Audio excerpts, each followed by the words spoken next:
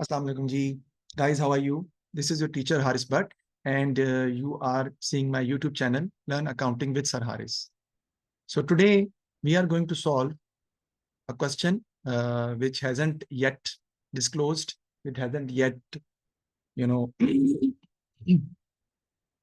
hasn't yet uh, arrived at the Cambridge site. That is May-June 2024, paper 3, variant 3-2. May-June 2024, paper 3, not paper 2, paper 3, variant 3-2, question number 3, I'm going to solve. So having said this is the same paper for which I have given the guess, which is already uploaded on my YouTube channel before the exam, obviously. And I have given one question from non-profit organization, which has come, question number 1. Question 2 is from company with IAS, which has also come. And question 3, which is the most important one, that is from partnership changes. You will find very few questions which has been solved properly regarding merger or regarding amalgamation, where two sole trader merge together and form a partnership, or one partnership and one sole trader merge together and form a partnership. So it's not about business purchase, it's about merger, it's about amalgamation. So let's start doing this question. Having said this, I am not supposed to solve the question within the time period because that is not my task. My task is to solve the question properly, through which the students can understand the question and they can learn from it. It is not supposed to get views at any cost. I don't need any views.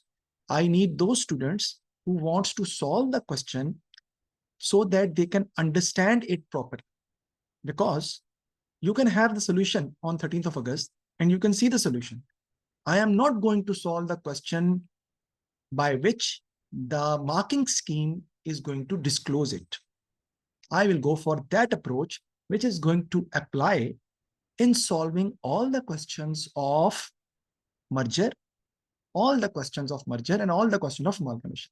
Thank you very much. I hope so that you got my point, what I'm trying to understand, especially the students of A2, because A2 students have approached me from all over the world. So I'm thankful to you again. And inshallah, October, November, I am trying to prepare the guess again. So let's talk about the question. Question number 3 from May-June 2024, P3, variant 32. Raj and Steve have been in partnership, sharing profit and losses equally. So Raj and Steve are sharing profit and losses equally. On 1st January, they merged their business with Tina's sole trader trading business to form a new partnership. The statement of financial position at 31st December were as follows. Raj and Steve, non-current assets, land and building. Tina, land and building is given, plant and machinery for both. Current assets, inventory, trade receivables, cash at bank. Total assets are given.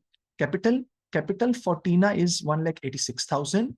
Capital for Ray is 198,000 and capital for Steve is 177,000. Current liabilities, trade payables for both of them, total capital and liability. The following arrangements were agreed to the new partnership. Profit and loss sharing ratio would be for Ray 40%, Steve 40%, and Tina 20%. It means that if the goodwill is given in the question, we know that in sole trader or in partnership, usually we have existing goodwill or already created goodwill, which is not supposed to be shown in the books. Why? Because this is the goodwill which is known as inherent goodwill. And inherent goodwill is not supposed to be shown in the statement of financial position because of the reason that is against two accounting concepts. One is prudence, because this goodwill, they will get the benefit of this goodwill when they will sell their business. So it means that is the future profit, which is not yet achieved. Goodwill is an intangible non-current asset, and it is created because of the reputation of the business, because of good years of trading, because of good morale of the employees, motivated employees, loyal customers, quality of product. These things basically develop goodwill, which is intangible asset. And you have studied it in IS 38 also, named as intangible assets. So this is the existing goodwill, not the purchased goodwill, which we used to study in purchase of business. So existing goodwill is not supposed to be in the books, recorded in the books. So it will be credited first in the capital account with the old ratio, which is equal ratio between the two partners. And for Tina, the whole goodwill belongs to her. So that will be credited in the capital accounts, and then it is going to be debited in their capital accounts because we have to write off the goodwill. Why, sir? Because goodwill is against two accounting concepts. One is prudence and the other one is money measurement concept. Money measurement concept that those things are recorded in the books which can be expressed in monetary terms. So goodwill has no money value because we are estimating the value of goodwill, that we are assigning a value of goodwill, which is going to, we have to achieve that amount in the future, which is not the actual amount. It is just an estimation that we believe that we have created that much amount of goodwill for which people should pay us more than the net assets of the business. So whatever the net assets, whatever the net assets are of the business, if the people are going to pay us more than that, then we believe that there is going to be be known as goodwill. And existing goodwill or already created goodwill, that is purchased goodwill actually, that is not shown in the books because of it is against two accounting concepts, that is money measurement and prudence. So let's talk about the question. There would be no partners' salaries and interest on capital. Goodwill was valued at 2 times the average profit of the last 3 years. The profit for the last 3 years were 97,000, 74,000, 78,000. Tina's profit is also given. No goodwill account are to be kept in the books of the new business. So he is already given us that you are not supposed to record goodwill, but you need to record goodwill first. And then goodwill will not be kept in the books because it is supposed to be written off, because it is against two accounting concepts, that is prudence and money measurement. May June 24, 32. All tangible assets and liabilities were valued at their book value, except, so there is going to be devaluation of assets because when there is a merger, when there is a partnership change, or when there is amalgamation, then we used to go for revaluations. Revaluation means that because of a sole trader and a partnership business is going to merge together to start a new partnership, some assets needs to be revalued, right? So they have to be, we have to assess the value of these assets again. Why? So that we should come on the same page. So in order to come on the same page, we need to go for an evaluation of the assets, and Ray and Steve has decided with Tina that the amount which is supposed to be taken for land and building for Ray and Steve, it should not be 230,000, it should be 280,000, because right now they believe that the non-current asset value, the fair value is 280,000, so it should be measured at an amount of 280,000. Same is the case with Tina. They are merging together, but 1,09,000 of Tina's land and building should be valued at 1,30,000. So both of the land and building assets have increased in their value. Inventory, if you just see, inventory is 38,000 and inventory is decreased to 35,000. So it has been decreased by 3,000 for Ray and Steve, and for Tina, inventory is 23,000 and it has been decreased to 21,500 by 1,500.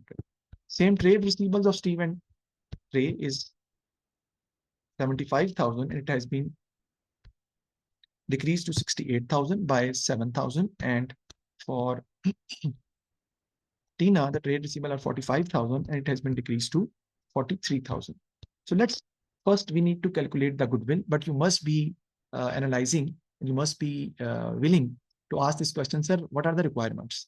So requirements are currently now not available with me because I have taken this basically paper from my students abroad. So the questions are not available. Requirements are not available, but I'm going to tell you the requirements. The first requirement was that that you have to calculate the goodwill of Ray and Steve and for Tina. So let's calculate it. Goodwill was valued at 2 times the average profit of the last 3 years. The profits for the last 3 years were 97,000 plus 74,000 plus 78,000 and 2 times the average profit. Average profit means total profit divided by 3. Average profit is the total profit for the 3 years divided by number of years. So 97,000 plus 74,000. Let me calculate it. 97,000 plus 74,000 plus 78,000 divided by 3, you will get 83,000, sorry, 83,000. Now the goodwill is going to be 2 times the average profit multiplied by 2. So that is going to be 166. So for goodwill and Ray and for goodwill for Ray and Steve is 166,000, and it is supposed to be distributed equally between them because their profit and loss sharing ratio is equal. Now let's talk about Tina. For Tina, the profit is 19,000 for 2022. For 21, that is 22,000. And for 20, that is 28,000 divided by 3, right? 19,000 plus 22,000 plus 28,000 divided by 3, you will get 23,000, and 2 times the average profit, you can get the goodwill for that for Tina, that is 46. So the goodwill for Ray and Steve is 166,000, and the goodwill for Tina is 46,000. The next part, he basically required us to prepare the capital accounts. So capital accounts is supposed to be prepared because we have to go for the revaluation first. So he has asked us to go for the revaluation first, right? So we need to go for the revaluation. So let's do it. Let's go for the revaluations. We already discussed that land and building. I will go for the calculation. We already discussed that land and building for Ray and Steve is 230,000. It has been increased to 280,000. So the entry will be land and building debit by how much? 50,000, because 230,000, and revaluation account credit. The nature of revaluation account is profit and loss account. So it is credited when there is credited when there is going to be profit or there is going to be a benefit.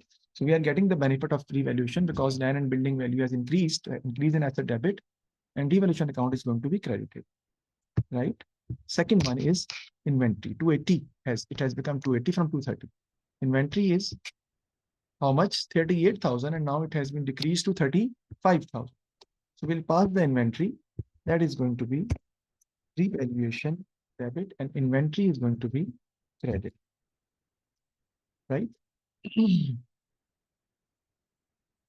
And that is with the amount of 3,000. So revaluation debit, and inventory is credit with an amount of 3,000. Then why? Because revaluation account is debited because there is going to be a loss. We are facing a loss. It is nature is profit and loss account. So that is why it is going to be debited. And now the third entry, revaluation to trade receivable, because there is a decrease in trade receivable also for Ray and Steve. That is why we are going for revaluation. Trade receivable is 75,000, and now it has been decreased to 68,000. So 7,000 decrease is there. So revaluation 7,000, and trade receivable is going to be credited by 7,000. This is the usual procedure of solving this question, my dear. But unfortunately, we have so many teachers, even on the YouTube. I'm so surprised. Even on the YouTube that they are solving. How come? They are just taking the mark scheme and they are solving the question. My dear, we are not supposed to solve the question that we are doing it correctly, because we believe that we have the mark schemes being a teachers. If we are just solving the question through mark scheme, it doesn't make any difference that what we are doing for the students. We have to go for an approach which will make the students getting the concept of the question and understanding the pattern, how to tackle a question about a particular topic. So let's prepare the revaluation account. Revaluation account is credited. This is for Ray and Steve. And here I'm going to write land and building. Okay. Then revaluation account is going to be debited 3,000, and because of inventory. Then trade receivable is going to be credited by 7,000 because of trade. Oh, revaluation account is going to be debited, sorry, by 7,000 because of revaluation account is debited 7,000 because of trade risk. So always remember that this is how we are going to prepare the revaluation account. If you want to go for it directly or you want to go for the calculation, it's up to you. I won't recommend that. Why? Because I want you to solve it in that way that if any question comes from the past papers, you will be able to solve that question. If you just go through my YouTube channel, you will find 10 lectures of amalgamation and merger. 10 lectures of amalgamation and merger for A2 accounting. For A2 accounting. From the past papers of A2 accounting, I have solved 10 questions of merger. This is going to be the 11th one. So now you can easily assess you can easily assess that how much importance this chapter is having and how many questions the teachers have been solving in front of you regarding this chapter. You know that already. You knew that already. Even teachers knew that already, right? You admit, you don't admit. Doesn't matter at all. I'm also a part of it. If I'm not teaching it, I'm also a part of it. So the profit for revaluation, credit side is heavier. If the credit side is heavier, we are having a profit. So we are going to write over here 50,000 minus 10,000. The 40,000 is going to be a profit, and this is going to be distributed between Ray as their ratio is equal, and in Steve as the ratio is equal 20,000 and 20,000. Let's see if the ratio is equal or not. So if you just look at the question, on the top of the question, you will find that on 1st January, they have been in partnership, sharing profit and losses equally. So they have a equal sharing of profit and loss. Now let's talk about the revaluations for, yes, for, what should I say, Tina.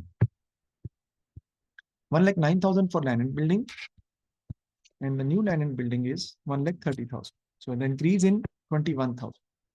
I will write over here land and building 21,000 debit because asset is increasing, increase in asset debit. Revaluation is going to be credited because it is an, if you are going to get a benefit, it is an income. So because the nature is profit and loss account, it will be credited. It is very easy to solve the question for a teacher by just tackling the mark scheme and just putting it on your putting it on the YouTube channel. It doesn't make any difference to you, believe me. Right? You may get a lot of views, but it is worthless. Because the main thing is to make the student understand the real pattern and the real way to follow the question, that how the question needs to be solved and how the question has approached through its solution, not the workings which is developed by the mark schemes. Okay, next thing is inventory, and inventory given is 23. And now it has been decreased to 21,500. So 1,500, inventory is decreasing by 1,500. So the entry is going to be revaluation debit by 1,500 and inventory will be credited by 1,500. Again, there is going to be a revaluation. Again, I will debit revaluation and trade receivable is going to be credited. How come? Because both the inventory, revaluation account is debited because we have a loss. So profit, nature of profit and loss account, it is debited because we have inventory is going to be credit, decrease in asset credit. So trade receivable is credit because decrease in trade receivable credit. So how much trade receivable are decreasing? Let's see. 45,000 trade receivable given, and now it has decreased to 43,000. So by 2,000, our revaluation is going to be done 2,000 and 2,000. You have been doing this when you have been solving the question of partnership changes and admission and retirement. You have been doing this. Yes, you are right. You have to take the same procedure. You have to adopt the same procedure if you want to solve the question or you want to make this question properly understood by you. So let's prepare the revaluation account for Tina to find either she is going to have a revaluation loss or she is going to have a revaluation profit. Getting the point? So first revaluation account is credited by 21,000 because of land and building. Then revaluation is debited by 1,500 because of inventory. Then it is debited by 2,000 because of trade receipt. Let's take the total of the credit side. And if you just see the difference is going to be the here Let me write it down the total. And there is going to be a profit, which is going to be given to the Tina in full swing, all the amount. And that is going to be 17,500. Okay. Now I am going to prepare the capital accounts because it is the requirement of the question that you have to prepare the capital accounts. The question has asked us to find the closing balance or find the capital balances of Ray, Steve, and Tina after the merger. So it means that it is better to prepare capital account because if the capital accounts are required, you have to prepare capital account. But if the working is required, you can still prepare the capital account. So why not we prepare the capital account and make it more easier for us? You can go for the working also because if he is going to ask us to prepare a statement, then we have to go for the working only. First of all, I will write the balance brought down. I just want to write over here that 160,000 is the goodwill for Ray and Steve, and 46,000 is the goodwill for Tina, which we have calculated 23,000 into 2. So I'm going to rub it up because we will be needing that afterwards. So first I'm going to write brought down over here. So let's see. People are solving the questions now, right? Even those my colleagues, my Parashna, I believe she's doing good. She's solving now. Otherwise, she used to solve it after the appearance of the paper, after the when the exams results used to come. But it's good because she needs views and she has seen maybe my video and she's going for it. But that's fine. My approach is different. I don't have any problem with the views. My job is to make the student understand about the concept. So let's see. First of all, we are going talking about the capital account now. So let's take the capitals 186, 198, and 177. So 198 is going to capital for Ray. 177,000 is for Steve. And the third amount is going to be how much? 186,000 for Tina. Let me little bit, I will go for the change of this. Let me go for a bigger one. That will be easier to prepare. So 186,000 for Tina. So I'm going to write the capital balances first. Right? Now, let's go for the revaluation profit. So revaluation profit will be credited and it is given. We have calculated it already. The revaluation profit for Ray is 20,000. For Tina, for Steve is also 20,000. And for Tina, we have calculated it separately. That is 17,500. Now we have to go for the goodwill. Goodwill is first distributed between old partners with old ratio. So for Ray and Steve, the goodwill is supposed to be distributed equally between them. So if you just divide their goodwill, 166,000 divided by 2, you will get 83,000. 83,000 for Ray and 83,000 for Steve. And for Tina, the whole amount of goodwill belongs to her. That is 46,000. Now this goodwill is supposed to be written off. So it will be debited. You can pass the entries also. Because the capital accounts are going to be debited, goodwill credit with new ratio. And new ratio is 40, 40, 20. How comes that? Let's see. 40%, 40%, and 20%. So we'll go for the total of this first. What do you mean by this? That's 166,000 plus 46,000, right? And then I'll take 40%, right? That is become 84,800. That will be written off from Ray. Steve, same 40%, 84,800. And for Tina, that amount is going to be 42,400 because that is 20%. Now I'm going to calculate the carry down for these. I'll go for the total on the credit side. I will subtract the balances of the debit side to find the answers. So the total for Ray is going to be 301,000. For Steve, if you go for the total, that is going to be 2,80,000. And for Tina, the total is going to be 249,500.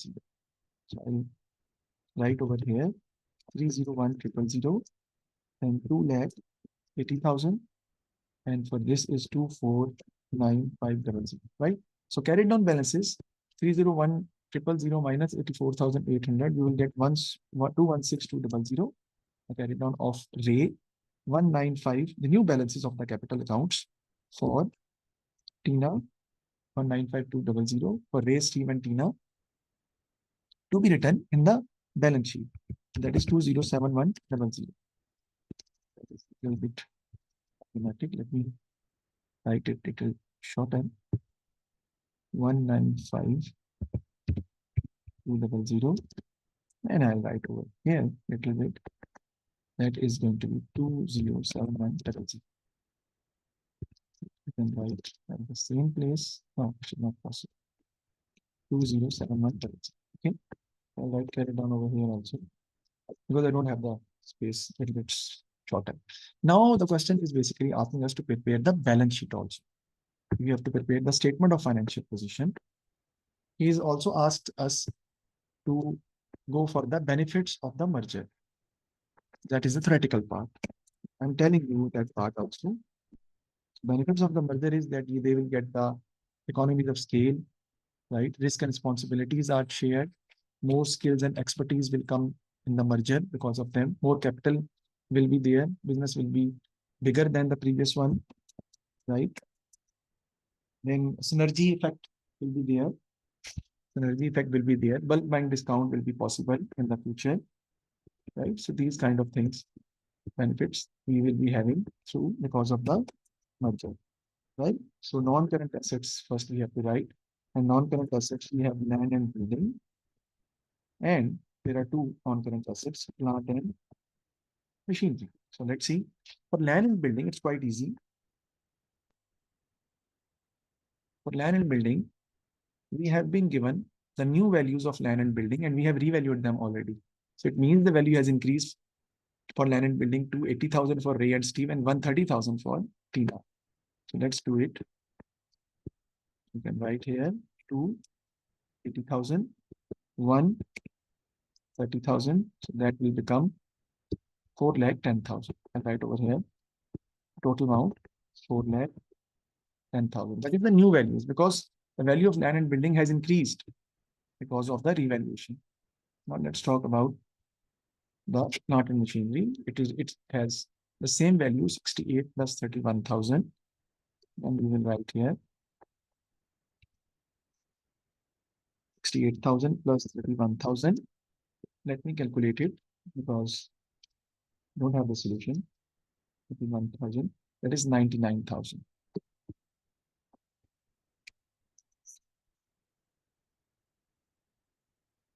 So I'll go for the total of this for the non-current asset section. 10,000, that is 509,000. So I'll write over here 509,000. So now I'll go for the current asset section because we know that with non-current assets plus current assets, we have the total assets. So first of all, you need to write the closing inventory. Then we used to write the trade receivable, and then cash at bank and other things. We have new values of closing inventory already with us. Yes, yes, yes, because they have been revalued. So we have new values of trade receivable and inventory, and we will write those new values so that we can solve the question in a more appropriate way.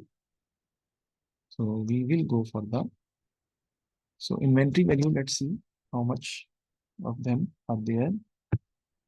Let me calculate it.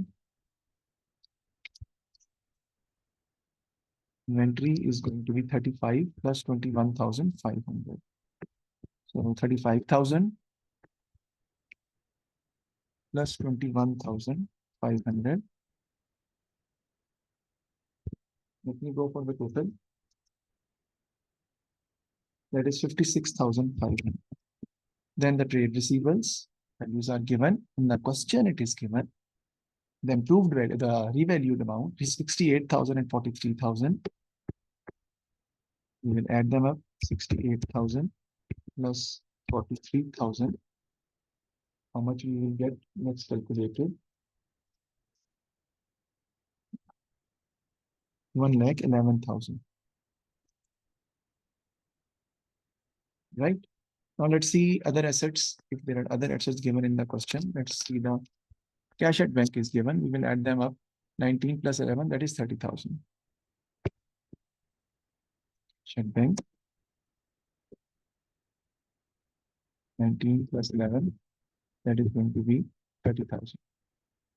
Now I will add these current assets, find the total assets for the business, and we'll get the answer. So 56,500 plus 1,11,000 plus 30,000, we will get 197,500. So the current assets are going to be 197,500. And now the total is 197,500 plus 509,000 706500 is going to be the total assets for us. Now we have the capital and liabilities. So I will write capitals for all three of them. The new capital which we have calculated for Ray, Steve, and for Nina. And then we have current liabilities because there are no non-current liabilities given in the question. We have current liabilities only. They are trade payable. Right? I've gone for some mistake in the current, but it doesn't matter at all. So capitals for all three, the new capitals are, which we are going to write here. They are how much? 216200 195,200. Let me write it. 216200 195,200. And for Tina, the new capital account balance is 207100. 207100. I'll go for the total, and then I will write the trade payables also, whatever the amounts are. The current assets. And you can write here capital and liabilities if you want to. Equity and liabilities, sorry. Want to write here. Okay. Okay. So the total of Ray, Steve, and Tina's capital, new capital balances, which we have to calculate actually, that is going to be 618,500. 618,500. So let's talk about the trade payables, because there are some other liabilities also given in the question. So trade payables 55 plus 33,000. If you just add them up, that will become 55 plus 33. That is, let me calculate it for you.